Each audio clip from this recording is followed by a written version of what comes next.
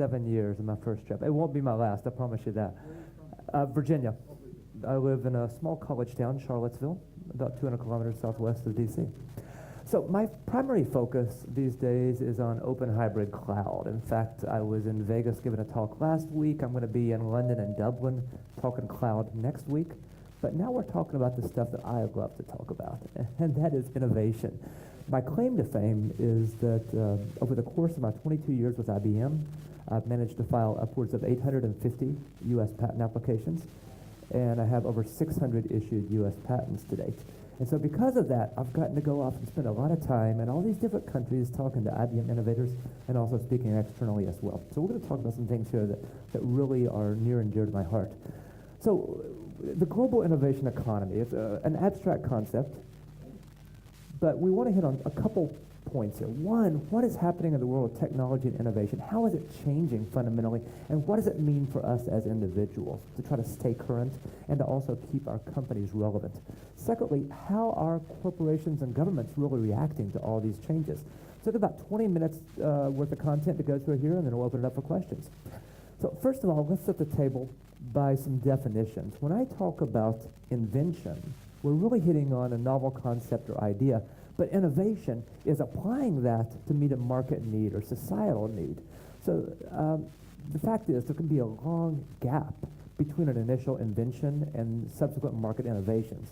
So one example here is that of the laser diode. It was invented back in the 1960s, and there was a very, very small market for laser diodes until about 20 years later when Siemens and Sony introduced the compact disc player, and suddenly the market boomed. So the point here is that we're always looking for new breakthroughs on the horizon, the kind of the stuff that I've been good at, but the key is turning it into marketplace innovations. Now, this chart shows the adoption of various communication technologies in North America. And I think it's interesting because if you look back over 100 years or so, you see some real changes. So technologies that were introduced back, say, early in the 20th century, like the telephone and radio, actually took decades, sometimes many decades, to reach a high saturation point. So if you look at telephones, you had a dip back during the Great Depression, but it took many, many years to reach, say, an 80% saturation rate. But what's happened is that consumers have gotten increasingly willing to adopt new technologies very, very quickly. In fact, if you look at the cell phone and internet adoption, we see these happen at a very, very rapid pace. And I would tell you, as we move into the software-defined world, then the barriers to adopting new technologies go further and further and further down. And I don't know who else in the room, so I shouldn't make I shouldn't make my usual joke, but there are some, say, social media platforms that we might adopt and check out, and then decide 6 months later that we don't want. So the point is, it's very easy to adopt new technologies, and then to say, oh, well, I think I still have an account on that social media platform. So what is happening here? We're seeing, of course, that technology is giving us new products and services, but if we look at innovation only as how to deliver new products, new services, then we're missing part of the equation. Think about new paths to market, right? I will tell you that there was a quaint day about 10 years ago that I used to go on the Amazon.com website and I'd order CDs, and I'd be really happy when that cardboard box came in my mailbox. And so we went from that, 10, 15 years ago to MP3s. And now, what do? Everything is streaming, right? I got an iTunes gift card about 2 years ago as a gift. So it's set unused for about a year, and I thought, well, I guess I should finally do something with it. But now everything is Spotify. It expired. So everything is now streaming. So what does that mean? It means the music remained the same over the course of time, but the delivery, the path to market, the route that I consumed that music had changed fundamentally. I would also go backwards on my chart. Sorry about that. I would also say, of course, that products are continually improving, but also new usage patterns emerge. I got my first cell phone back in the early 90s, and it was exactly that. It was a cell phone. I used it to make calls. And today, you know what it's like. We use this as our GPS, our music player, our video camera, and every other imaginable technology that we can load onto this thing from the Play Store. And it was just 20 years ago, 1995, when the J phone was introduced in Japan that had a camera on it. And now, of course, that whole thing is snowballed. So if you view yourself again as an equipment manufacturer, no. Think about the functionality that that equipment can provide, especially, as I mentioned before, as we move into this whole software-defined universe. One thing I hear, particularly from young people, I love talking to young people. Somebody mentioned earlier, and I've got a teenage daughter who's here with me. I also have a teenage son. So if my hair grays before your very eyes, you'll understand why. But I hear a lot from young people these comments like, well, you know, that technology thing, that's all interesting because I love my phone, but you know, I'm not going to go into technology. I'm going to have a conventional business, so I really don't need technology. And I say, yeah, right. Because the fact is, you can open a bakery, you can open a florist, something you say is non-technical, but you still have to think about, what are you going to do for point-of-sale transactions? What about banking or finance? How do you stay competitive? What about hiring, training, and maintaining staff? How are you going to use technology for that? Supply chain, exactly. How do you manage that? And what's your social media strategy? So the fact of the matter is, we're all technologists now. I don't care what you're in. If you do not use technology, then you're going to be at a competitive disadvantage vis-a-vis your competitors. So it's fundamentally, technological innovation has fundamentally transformed business, and guess what? It's going to be continuing to move faster and faster and faster. So what do these changes mean? So if we step back and say, what does this mean for my business? There's several things. One, for non-anchored jobs, customers and competitors can be anywhere. And this is something I'm sure this room is very familiar with. Let me ask, is everybody familiar with the term anchored job or non-anchored job? Okay, well, I see some heads going different directions. So an anchored job is something that has to be done in a given place. Exactly. So if I'm home in Virginia, nobody in Bangalore can cut my hair. If I'm home in Virginia, nobody in Shenzhen can pave the street outside my home. Those jobs are anchored. But the fact is that more and more and more jobs every year become non-anchored, and they can be done any place. And so the beauty of this means, again, as I said, you can work any place. I've worked from home since 1998. I love that. But it also means that competitors can be any place, and they can come out of the blue. We're also seeing that businesses have to leverage operational technologies to compete. Think about those things I just mentioned. Point-of-sale software, and inventory control software, supply chain, social media strategy, et cetera, et cetera. And so if you are not continually staying on top of these, then again, you find yourself in a competitive disadvantage. Businesses have new opportunities to cut costs. Offshoring is a temporary step. You know, I've been in Shenzhen. I've seen those buses of workers come in at 11 o'clock at night to put your phone together. And I will tell you, as an American, I know those jobs are not coming back to the U.S., but I also know that 2 years ago, about 2.5 years ago now, Foxconn was under extreme pressure from the West to raise wages. And so what happened? Foxconn said, okay, we're going to raise wages, and I think it was something like an average of $200 a month salary, got bumped to $300 a month salary. But Foxconn also said, okay, we're also going to invest heavily now in automation. And as a technologist, as an engineer, historically, automation only impacted blue-collar jobs, but that's no longer the case. Increasingly, that automation is going to impact the work that we do as well. So we'll come back to that in a minute. Yeah, and I'm going to have an example on the next slide. Businesses have opportunities and the need to improve products. 100 years ago, you could invent a new grain mill or a new sewing machine, and that could be your cash cow for years. Those days are gone. If you do not continually innovate, then you're going to find yourself on the losing end here. I was a BlackBerry user for a number of years, and well, we all know what happened with NTP, the patent troll, that basically sucked over $600 million out of RIM.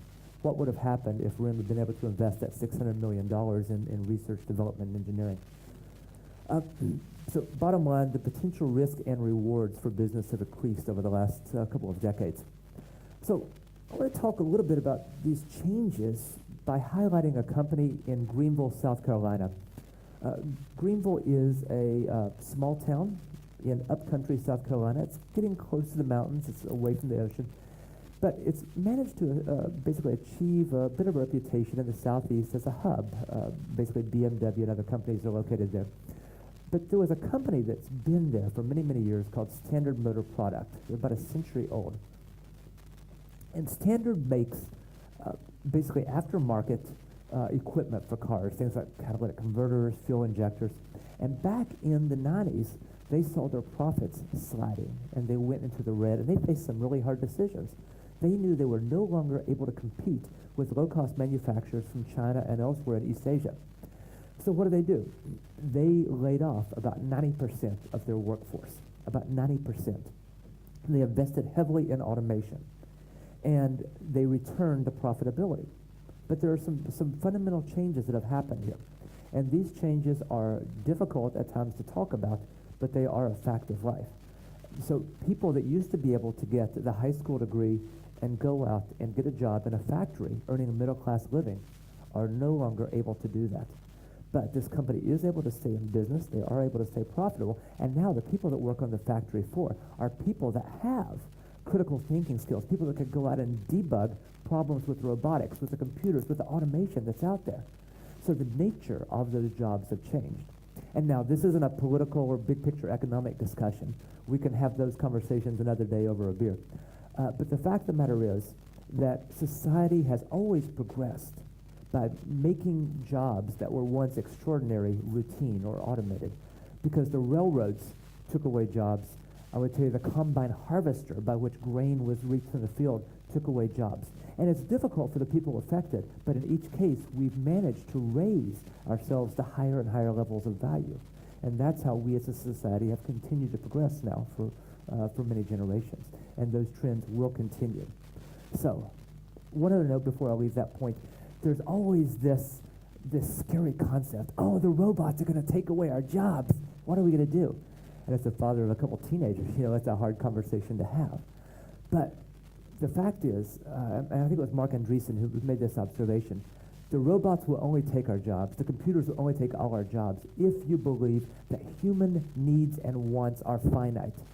If you believe that there is a limited number of human wants and needs, then yeah, it's conceivable that they could all be filled by computers.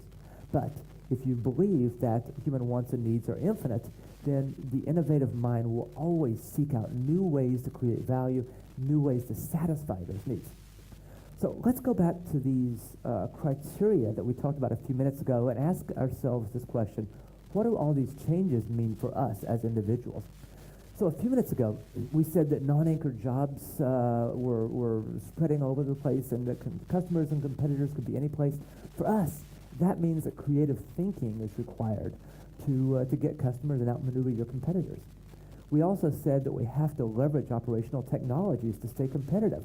Well, that means that we as individuals have to adaptively recognize how to help our companies. When we see new software, when we see new capabilities, new technologies, we have to continually be saying, how can this help me achieve my organizational goals? Thirdly, we said that businesses have new opportunities to cut costs. Well, the truth is that outside-the-box thinking is necessary to help cut those costs, and that all but the most innovative jobs will be automated. We also talked about the need to improve products, so this means we have to continually be searching for inventive thought. And when you look at all these criteria that we have to have moving forward for the rest of our careers, you start seeing this recurring theme that fundamentally innovation is the key to future business growth. And that is where we have to apply ourselves. It's about continually building the foundation. It's about continually asking questions of how you can do this better and continually taking action. So, what are we seeing in terms of corporate and governmental reactions to all these changes we talked about? Well, many companies, including Yahoo, no doubt, including IBM, are realizing that innovation is increasingly open. My focus right now is on open hybrid cloud.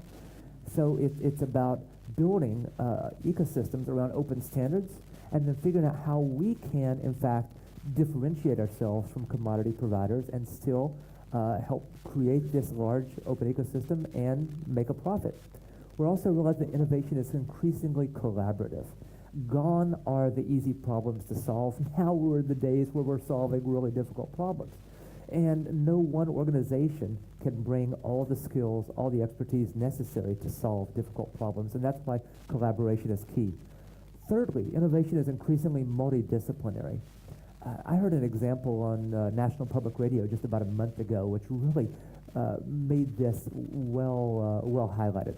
It gave the example of a water filter for use in sub-Saharan Africa. How do you create a water filter that's going to get contaminants out of the water? It'll be used. Well, you need mathematical capabilities to model the water molecules at the filter, and you need material science knowledge so that you create something that's not going to fall apart when you put it in. You need biological knowledge to understand what's going to happen at that membrane interface, and you need social science knowledge to understand how people are going to use this. And so we need people, we need employees that are maybe have the deep skill, but also are quickly able to move across a wide number of different technologies, of different capabilities, and also to work well with others to create this multidisciplinary solution. And finally, and the thing that has me most excited is the fact that innovation is increasingly global, because there are segments of the global population who have been constrained for all of humanity, who now have their capabilities unleashed. And today, for the first time, you have innovation occurring in every corner of the globe that can make a difference, a positive difference, in every other corner of the globe. And that is what gives me the greatest sense of optimism moving forward. So where do ideas come from? This chart is a little bit dated, but it's stayed the same year after year. Gone are the days, maybe except for Apple, gone are the days that we just build a walled garden and say we're going to come up with all the solutions ourselves. Instead, we're finding that ideas come from the employees, but also business partners, customers, consultants, competitors, associations, trade groups, think tanks, academia. We're finding sources of innovation in many, many different places, which brings up interesting questions around the subject of intellectual property as well. So we talked a minute ago about open innovation and open standards.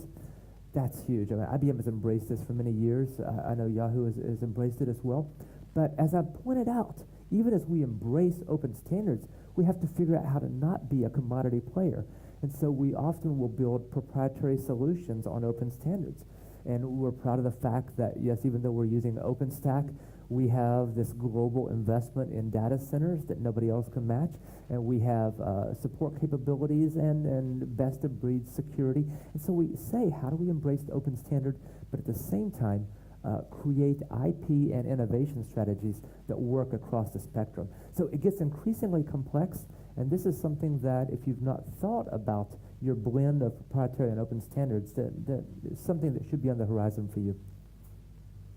So a remarkable change happened about 10 years ago in the United States. So for the first time in history, the investments in intangibles passed up the investments in tangibles. Now, what does this mean? Tangibles are the stuff that's used to make other stuff. Think of factories and equipment and real estate. And guess what? For the first time in history, investments in research and education and software and things that aren't easily touched or felt passed up the investments in tangibles. So a minute ago I mentioned intellectual property.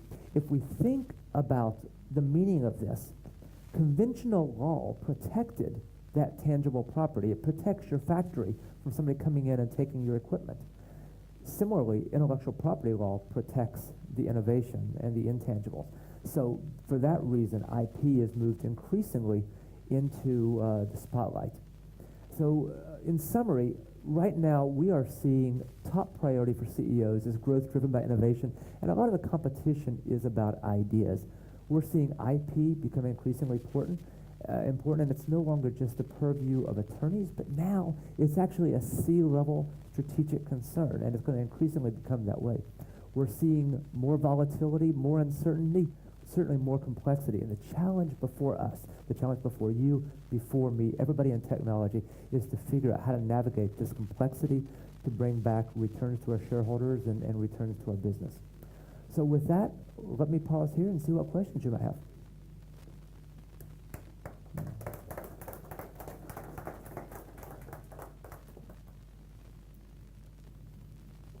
I know this group's not shy.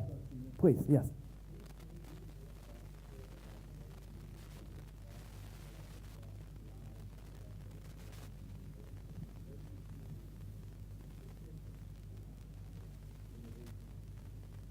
I'm just going to repeat that. Okay. So the question, in case people didn't hear, the question was about cross-cloud collaboration opportunities.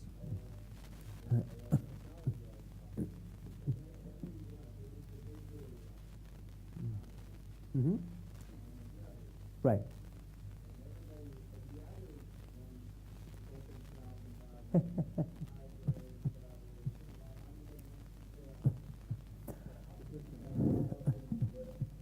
Well, there are different markets for cloud, and let me tell you, we have had, as I'm sure you're aware, some incredible price wars over the last year or two. And so there has been a fire sale on hardware, and you're basically buying capabilities by the pound. You know, you want a pound of CPUs, I'll give it to you for a rock bottom price. And there are companies that say, yeah, this is the market we want to play in. I will tell you that this is not a market where IBM wants to play. We're looking for higher returns. Now, of course, somebody might point out our results for recent quarters, but we won't go there right now. I would tell you that for us, we're capitalizing on our strengths, and I go back to the hybrid story. We have a lengthy record of integration capabilities, of strategic outsourcing, and we have industry knowledge that allows us to partner with companies in ways that Amazon and even Google cannot. So that is a unique IBM position, and I would say IBM is going in that direction even as others sell it by the pound.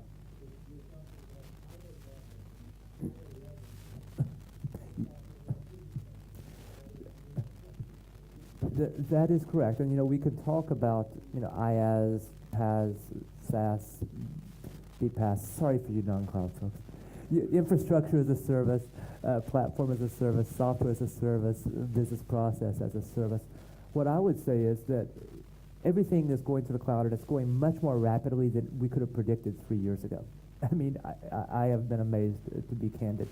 So we have to all choose where we want to play in this. What are the capabilities our organization has to really get the returns we need? And I will say, speaking for IBM, we're capitalizing on our strengths. And we're actually very excited about a number of innovations that we've released in recent months, and also very excited about the direction we're going. Yeah, question? Okay. Watson. She asked about Watson. So I will tell you, Watson is not my specific strong suit. But some of you may be familiar, Watson is a deep Q&A system. Basically, it ingests massive amounts of unstructured data and then is able to, in effect, retrieve answers to questions. And this, yes, so it's like artificial intelligence. But it's all about using unstructured data and then unique queries for this. Watson gained fame, it would have been about 2.5 or 3 years ago, when it defeated the 2 reigning champions on Jeopardy. No, we beat Garry Kasparov in 1997 in chess. So that's an old. Sorry, yes. Watson and medicine. Okay, well, we're getting there.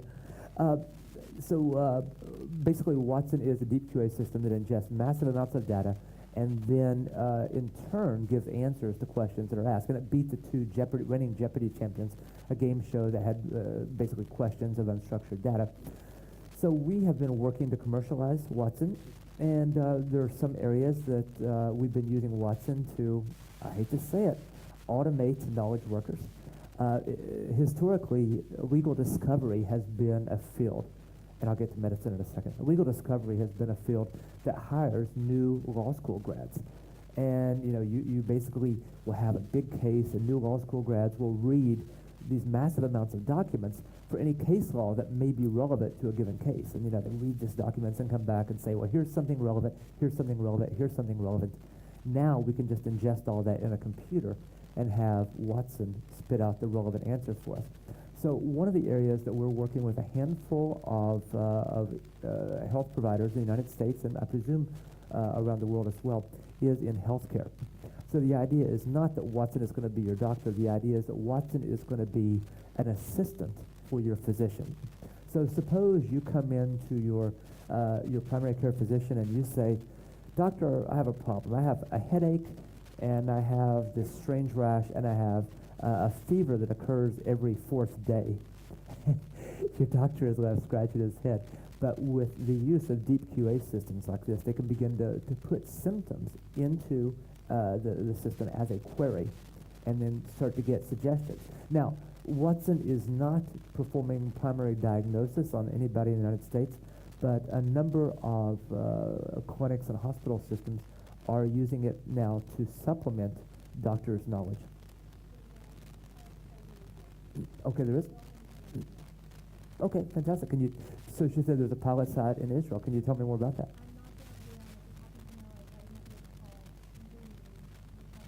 Okay. Very good. Fantastic. Thank you for sharing that. I also know that right now we're in the process of getting Watson running with the Japanese language, which is a very complex challenge. But you know, IBM is not an American company; we're a global company. So the question is, how do we get these solutions out there for use in many different cultures, many different environments? So, other questions? Yes. Just wondering, you talked obviously about technology, and that 90% of the workers are obviously like particular factories. I've been involved in computers all my life, but I see so many people, let's say adults, who work in positions, jobs where they're on a factory and so on. Is there any way of beginning to retrain these people on technology? What should happen on the future? Because even a computer on a basic level just has so many powers to come work with, and they're not really designed for people who've never seen a computer or a phone or anything else. So here we're getting into a bit of a societal or political question, and I'm going to walk carefully over this, but I think it's something that we, each of us in our nations, have to address. The question really is, look, as people get displaced, how do we accommodate them? Can we retrain them for work in technology? Think about the jobs that have already disappeared. Bank tellers, the numbers are much smaller because everybody uses ATMs. I would tell you things like the checkout clerks in a grocery store. So today, if I have 40 items in my cart, I go to a checkout clerk because she or he can do it faster than I can, but if I've got 3 or 4 or 5 items, I do it myself at the self-scan. So we see increasing number of jobs that go away as technology replaces these jobs. Now, if you look at self-driving cars, I've seen estimates that 6 million people in the United States make their living in some capacity driving. So think about all truck drivers, bus drivers, everything else who may be displaced in the next 2 decades. And this is a significant question. I don't profess to have an answer. I would say that each society has to ask themselves the question of what we're going to do with these people, because frankly, work provides a sense of purpose. It provides more than just income. It provides a sense of purpose, structure, and value to the community. And we as societies are going to have some difficult questions to confront as technology increasingly is able to provide functions that have been previously delivered by people. And, you know, the message for those of us who have kids, again, is, you know, look, you're going to be continually reinventing yourself. You're going to be continually growing. If you think that you can get a high school degree or a college degree and you're done, you know, you're going to continue doing the same thing day in and day out, you're almost certainly wrong. You have to continually ask yourself, how do you step up your game? How do you learn something new? And how do you create new value? Which is an intimidating prospect for an 18-year-old. So, yes, question. Mm-hmm.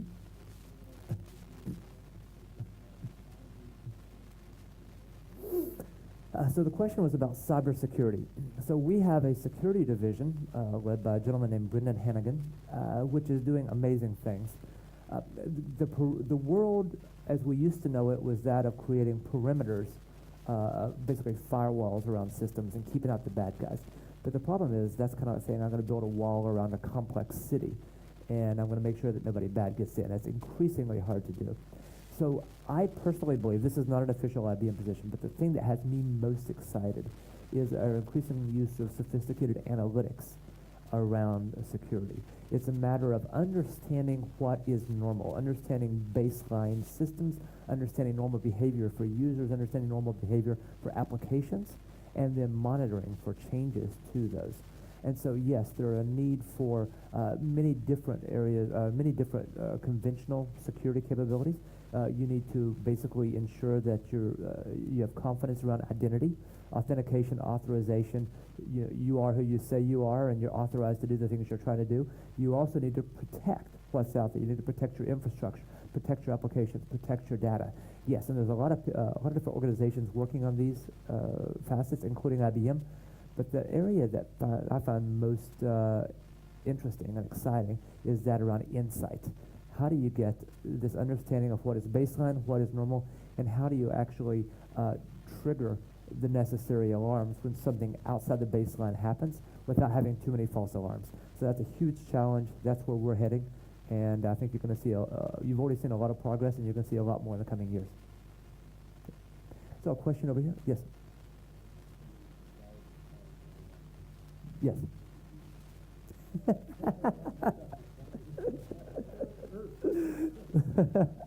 Hold on, let me ask what's after cloud? What's coming next? For that, I'm going to have to spread out the yoga mat and light some candles, and we're going to assume the lotus position for a little while. I would say cloud is very exciting for a variety of reasons. I mean, just as the internet opened up the capability of getting information from any place in the world, now the cloud is opening up the opportunity to get functionality, services from any place in the world. It's not just driving down cost, we know that, but it's also enabling the whole API economy, new ways of developing business value and creating both brand loyalty and revenue streams. But I would tell you that cloud will be, in my opinion, synonymous with information technology a few years down the road. And it's going to become less interesting. I believe that the area that is still most ripe for exploration is around analytics. Because we talked about Watson a few minutes ago. Analytics is really only scratching the surface. We don't do a good job with creating systems that really can interact with you and understand your needs. I mean, there's some great work going on even across the board. How many of you use Google Now? Of curiosity, everybody, pretty much everybody. I first discovered Google Now, I don't know when it was, a year or so ago. I just flown out to San Jose, and my body is on East Coast time, and it's midnight Pacific time, so 3 a.m. my body time, and I think I just get in the hotel, and I think, I need to check and see how long it's going to take me to drive to that lab tomorrow. And I think I'm going to set up my computer and do a Google map, and I pull out my phone, and I see something, and I swipe down, and it shows me I've got a 17-minute drive to the lab that I'm going to tomorrow morning, and I thought, wow, this is great. So that's a fantastic tool, but I would say that having systems that understand what you need, when you need it, and deliver you the information you need it at the right time is really the next big thing. And when I come back next year, I want to see that you've developed that. Other questions? Yes. I'm sorry? You've got to demonstrate it first. Other questions? Great. Well, with that, I believe I'm going to have a beer and then go back and see my teenage daughter. Thank you very much.